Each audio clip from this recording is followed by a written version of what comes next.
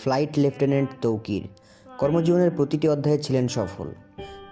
স্বপ্ন ছিল আকাশ জয় করার, দায়িত্ব ছিল দেশমাতৃকার সুরক্ষায় আকাশে উড়বার। সেই স্বপ্ন আর দায়িত্বকে হৃদয়ে ধারণ করে এগিয়ে চলছিলেন ফ্লাইট লেফটেন্যান্ট মোহাম্মদ তৌকির ইসলাম সাগর। কিন্তু জলজল না করতেই নিভে গেল তারাটি। নিয়মিত প্রশিক্ষণ চলাকালে দুর্ঘটনায় প্রাণ হারালেন দেশের এই প্রতিশ্রুতিশীল পাইলট। রেখে গেলেন অগণিত মানুষের ভালোবাসা, গর্ব এবং শূন্যতার দীর্ঘশ্বাস। তৌকির ইসলাম সাগর 1997 সালের 9 নভেম্বর রাজশাহী জেলার বোয়ালিয়া থানার সফুরাত ছয়ঘাটি গ্রামে এক সম্ভ্রান্ত মুসলিম পরিবারে জন্মগ্রহণ করেন। তিনি 2014 সালে Pabna cadet school and college থেকে এসএসসি এবং 2016 সালে এইচএসসি পরীক্ষায় সফলতার সঙ্গে উত্তীর্ণ হন।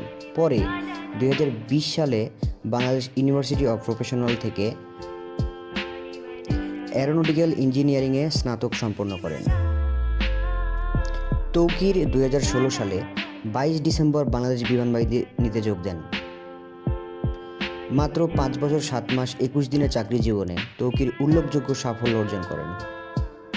21 জুলাই সোমবার দুপুর আনুমানিক 1:13 মর্মান্তিক বিমান দুর্ঘটনায় পতিত হন ফ্লাইট লেফটেন্যান্ট তৌকির। তাকে আশঙ্কাজনক অবস্থায় সম্মিলিত সামরিক হাসপাতাল সিএমএইচ ঢাকায় নেওয়া হলে চিকিৎসাধীন অবস্থায় সেখানেই তিনি মৃত্যুবরণ করেন।